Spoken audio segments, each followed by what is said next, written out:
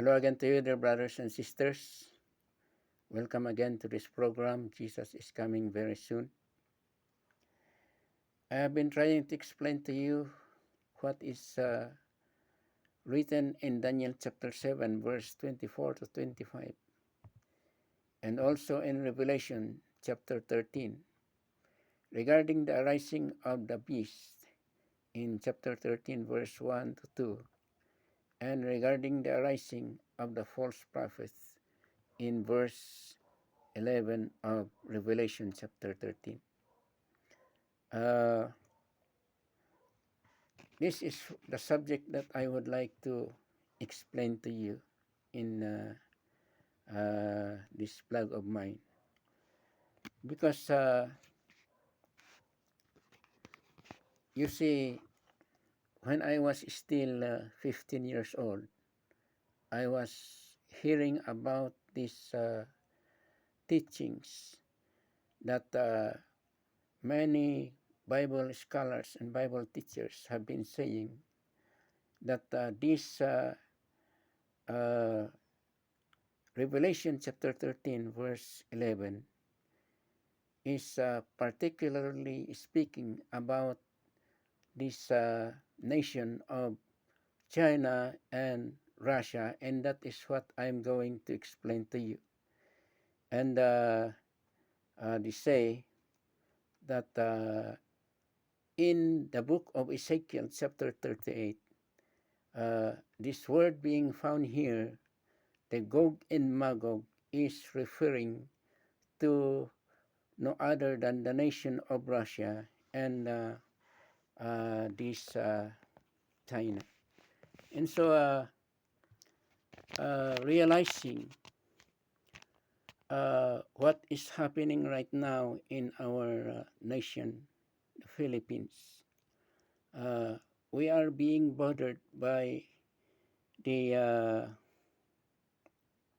acts or the doings of China, China, to the Philippines, especially the problem of this we call the West Philippine Sea. And we are realizing the influence of China to our nation, the Philippines. At nakita natin na sa itong katatapos lang na halalan natin ay may paniniwala na nakialam ang China sa ating eleksyon at maraming maniniwala na ganyan ang ginagawa ng China sa atin. So bilang isang nagtuturo ng salita ng Diyos, maniwala ako na it can be possible that in the near future we can be conquered by China because of what is being prophesied in the Word of God, that this China will conquer all her neighboring countries, and out of this nation, this or this prophet that is being mentioned here in Revelation is believable that this prophet will come from the nation of China and Russia. So we cannot expect that our future will become better. It could become worse and worse because basing biblically in and prophetically speaking, especially what our Lord Jesus Christ has mentioned in the book of Matthew and Luke, that he said before his coming, there will happen to there are things that will happen, just like these fearful things that will happen in this world. And for example, just like this worsening of economics and this problem of wars happening in different places, and these pestilences and calamities that are happening around the world. And so these are the signs in which the Lord Jesus Christ said that these signs will happen before His coming soon here on earth. And that is what is truly being written in the Word of God. And so, bilang nagtuturo ng salita ng Diyos,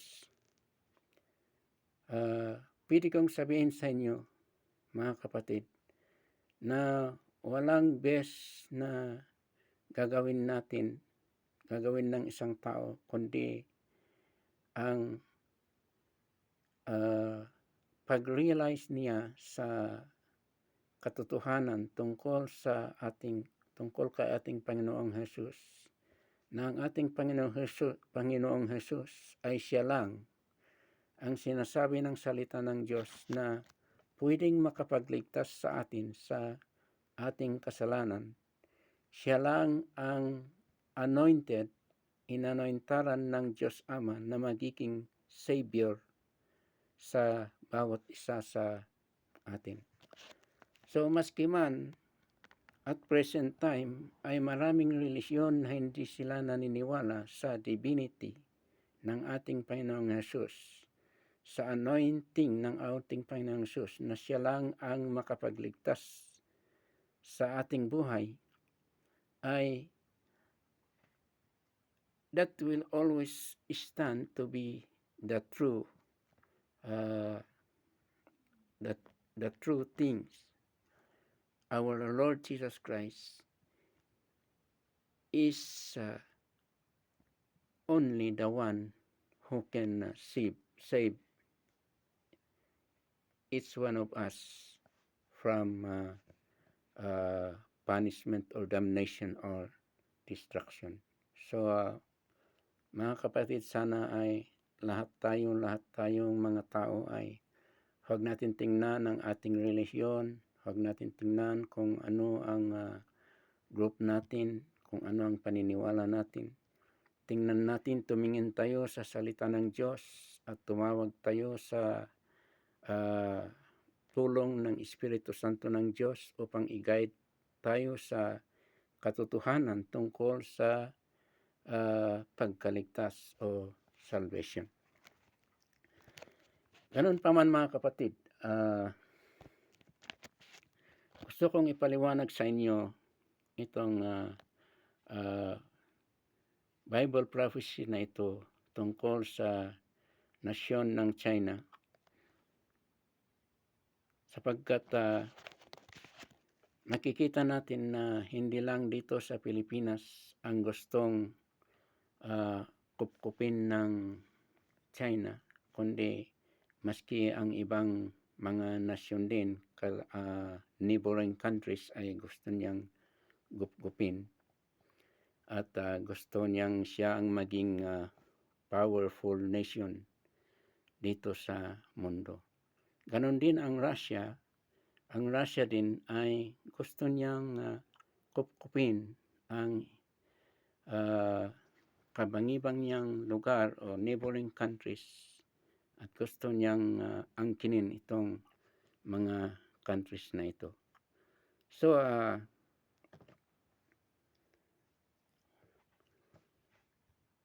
itinuro ko sa inyo na tungkol doon sa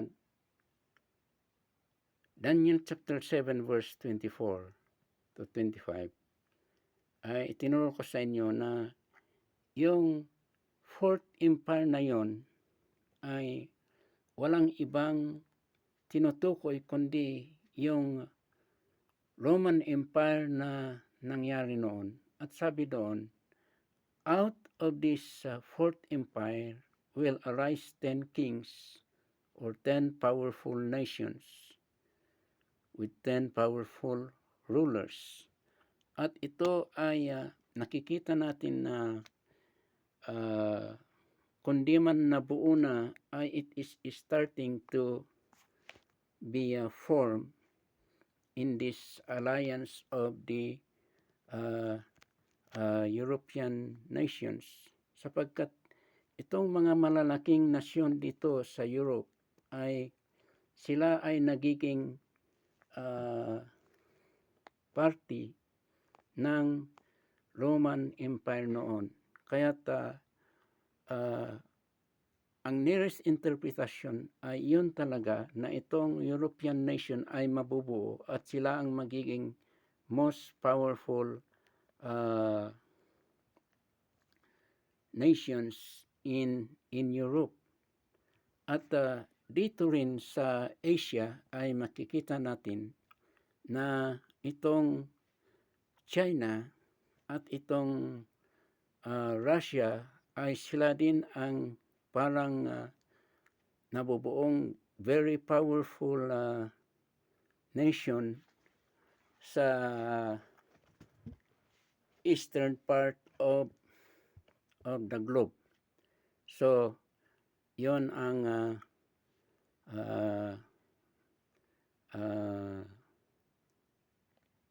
nangyayari ngayon. Pero ang gusto kong ipaliwanag sa inyo ay hindi pwedeng mag-unite o magkaisa itong Western power, the European power, at saka itong Eastern power hanggang hindi lumitaw si Antikristo. They cannot unite together, they cannot go together, they cannot become one in ideology and such other things.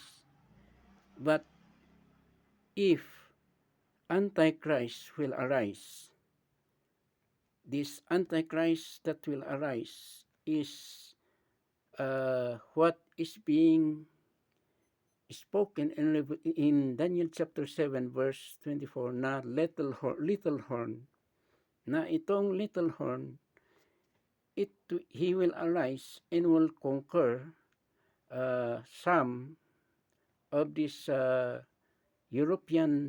powerful European nations.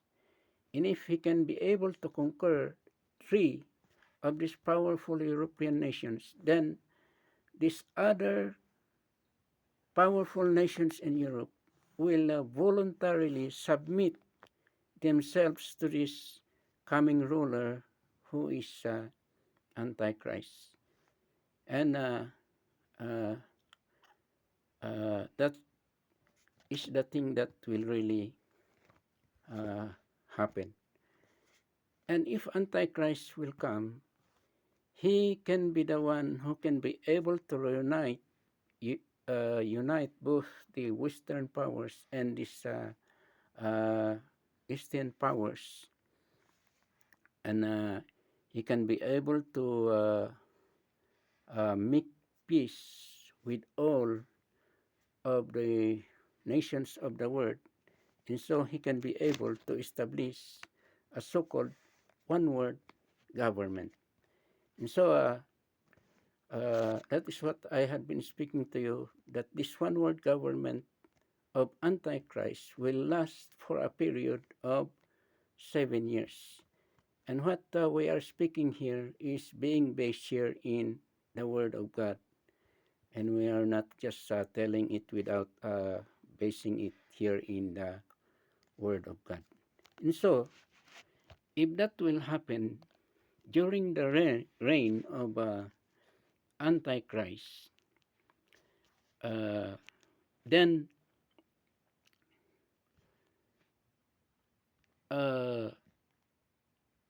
this false prophet will also arise And it is believable that this false prophet will arise from China and uh, Russia. Now, notice that here in Revelation chapter 13, verse 1 to 2, it says here that this beast that will arise will arise out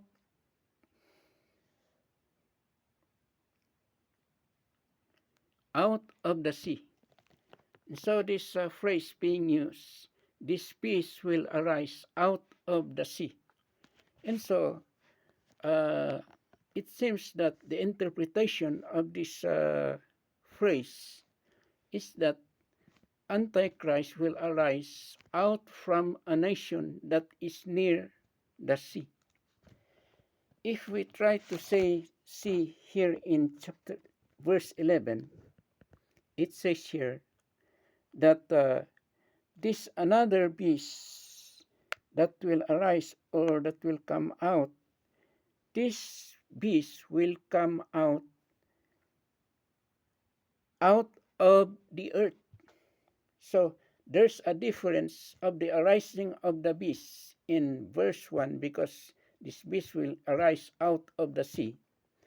But this false prophet will arise out of the land.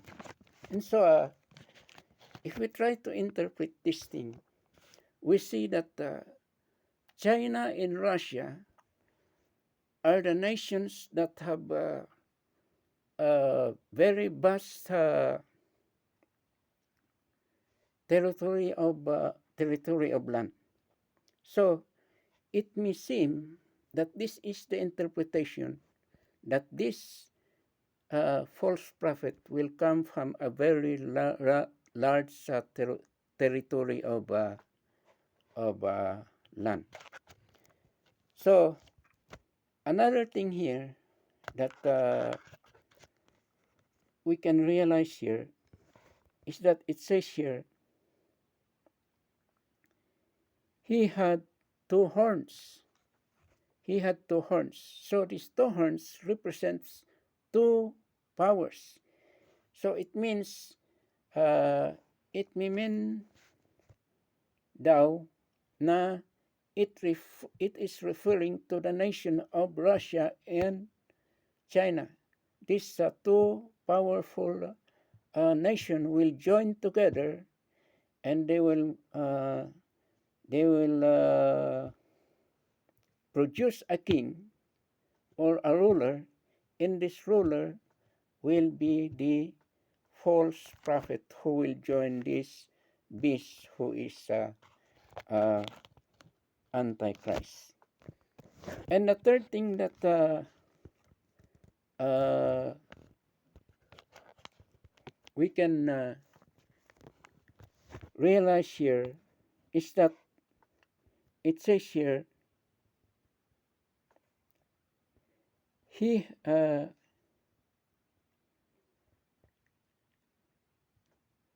he spoke like a dragon.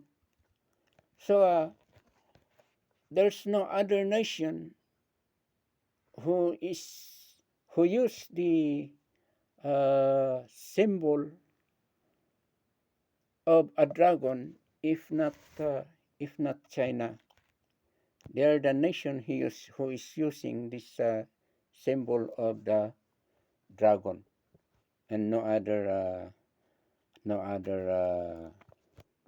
nation is using this dragon as their symbol. It is only China.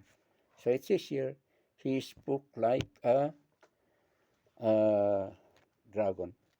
And so I am relating to you what I have just borrowed from those first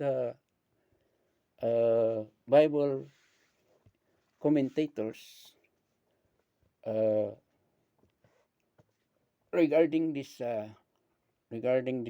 interpretation. And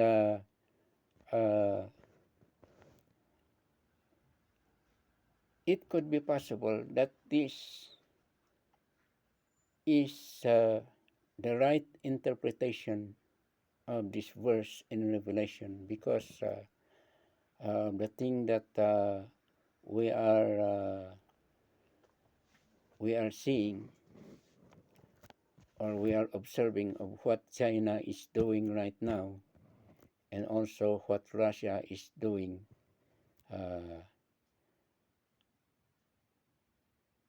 also the same thing, trying to seize other territories, and or trying to invade other territories, like the territory of Ukraine. So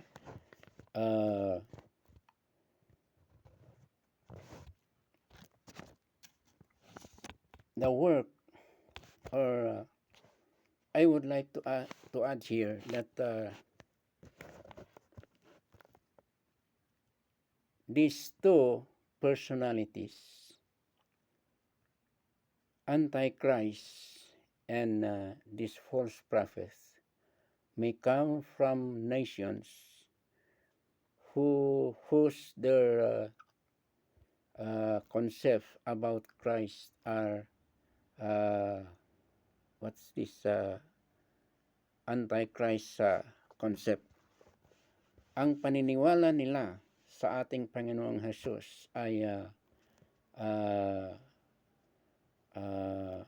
kontra sa totoong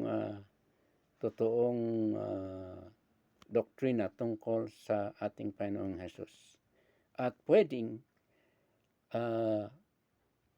itong tao na mag-arise na Antichrist ay pwedeng mag-arise sa nasyon ng mga Islam countries, sapagkat itong Islam countries ay hindi sila maniniwala sa ating Panginoong Jesus na siya ang anak ng Diyos at siya ang Savior ng mundo.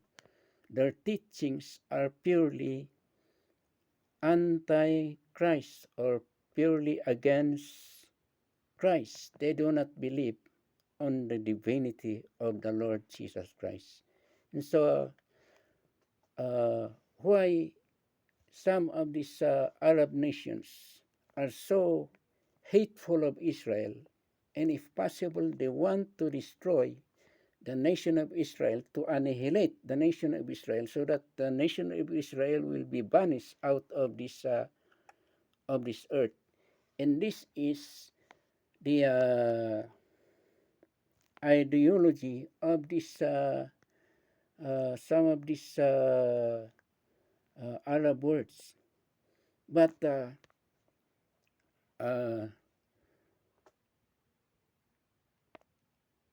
accordingly, as to what the Word of God prophesied, is that whatever thing they will do against Israel, they cannot be able to succeed, because it is promised that even though Israel will suffer so many things, but God will have mercy on them at the end. And so, basing in the book of Revelation, they will be the most powerful nation here on earth, according to what is being promised to them through their forefather Abraham, that they will be the head of all nations, and they will not be at all the tail. And so we have been speaking of the millennial kingdom of our Lord Jesus Christ, and of our Lord Jesus Christ will reign during this period of time. Then this nation of Israel will also become the head of all nations. And so On the other side also, seeing here on the other side, there are no other nations who are against Christ and against God, if not these communistic and socialistic nations. So we know in present history that there are only countries in the world, 3 countries in the world who are uh, whose their ideologies are communistic and socialistic. There's no other than this just three, this China, North Korea, and Russia. These are the only countries that are uh, communistic in what we call this in their belief.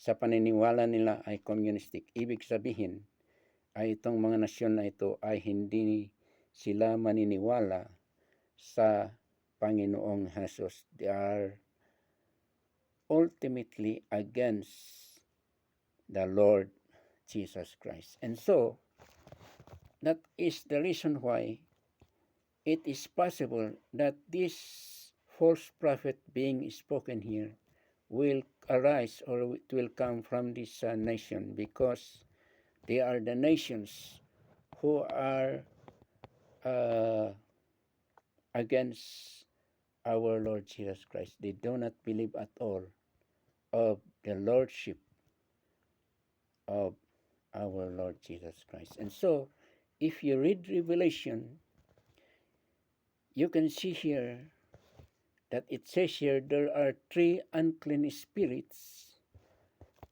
that will be working during this period of time of the so-called 7 years tribulation.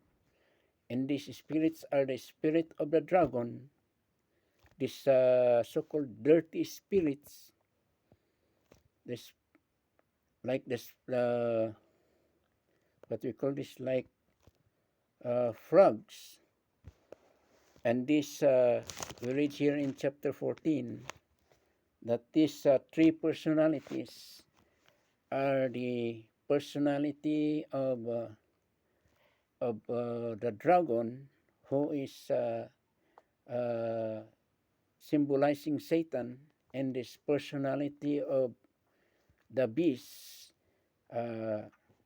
representing who is representing Antichrist, and this third personality is the so-called false prophet. And so these 3 personalities, if the Lord Jesus Christ will come here on earth, these 3 personalities will also gather all the people of this world so that they will fight against the Lord Jesus Christ. But accordingly, in the Word of God, they will not be able to prevail. So, in the end, these 3 personalities will be thrown into the lake of fire. So,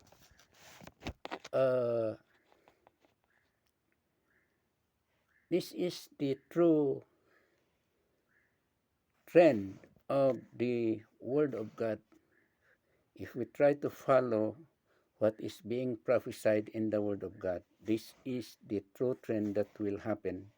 So at present, even though how leaders are going to do their best in order to solve the problems happening in the world, they cannot be able to do that, because it is prophesied in the Word of God that these things will really happen. However, this false